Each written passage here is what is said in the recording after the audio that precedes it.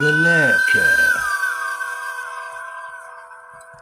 The lurker is lurking. He's seeking a victim. He's walking the streets at night, searching and looking for a victim. He sees you outside the restaurant. He starts to follow you in the darkness. You're oblivious to his presence. You keep walking and walking and walking, and he keeps following and following and following you. You have to cut through the cemetery to get to your street in suburbia. That is the perfect place for the lurker to lurk. You get lost because it is very dark. You cannot find the exit gate. You start to panic. You think you hear something.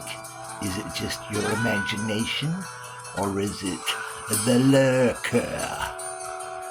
The lurker is watching you from behind a gravestone.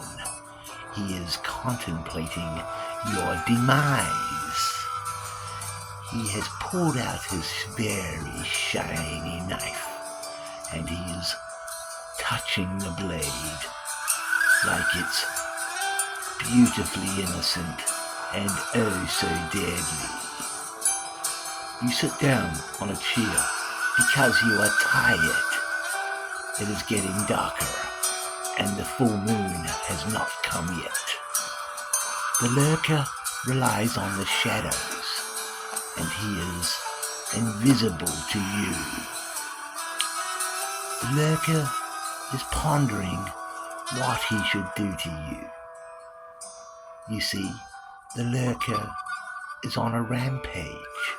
He's busy making statements in the community, and the community fear his presence.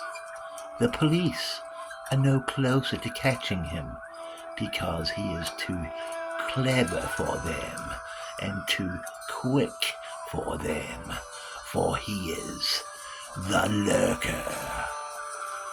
You stand up and decide which way to walk. You decide to go right, so you start walking. The lurker is following you amongst the gravestones. He is really getting excited now. He is really getting excited. He can sense that you may be aware of his presence, or maybe it's just in your imagination. Needless to say, you do not feel comfortable. The lurker is gaining on you. He's only a couple of gravestones away. He places his hand on an angel, and he chuckles at the irony. He dives out from behind the angel gravestone and pushes you to the ground. You quickly get up and start throwing punches, but the lurker blocks them like a master. He just blocks them and deflects them and pushes you back down on the ground again. You slowly get back up, realizing that you may have met your match, and the lurker laughs at you. He says to you, "You are pathetic. How dare you decide to take me on in my element? I am the lurker, and I cannot be destroyed.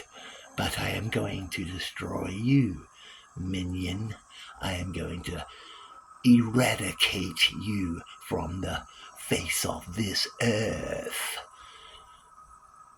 All of a sudden, you gain some courage and say back to him, "You don't scare me." The lurker chuckles again and throws a left jab, which drops you flat on your back. Before you can even get up, he's sitting on your chest, and he has his big, sharp knife. He starts to slice your face off. He slices your nose off. He cuts your ears off. and he sticks his knife deep into your stomach and twists and turns and cuts and slices organs and arteries like a knife in butter. You feel yourself going.